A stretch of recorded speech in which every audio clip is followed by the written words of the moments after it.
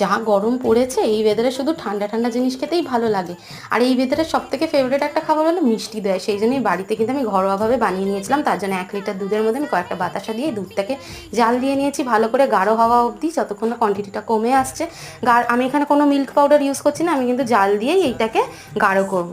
আর গাঢ় হয়ে যাওয়ার পরে দুধটা নামিয়ে রেখে দিয়েছি, আর 1/2 কাপ মতন চিনির আমি ক্যারামেল তৈরি করে নিয়েছি, আর এই ক্যারামেলটাই গরম দুধের মধ্যে আমি মিশিয়ে দিয়েছি।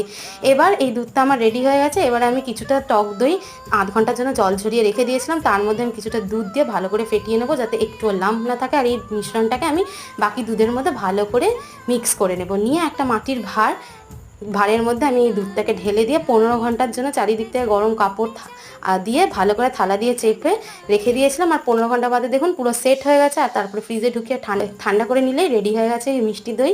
এটা কিন্তু খেতে জাস্ট দারুণ হয়েছিল। কেমন লাগলো অবশ্যই কমেন্ট করে জানাবেন। ভালো লাগলে লাইক আর সাবস্ক্রাইব করবেন। দেখা হচ্ছে নেক্সট ভিডিওতে। Till then by.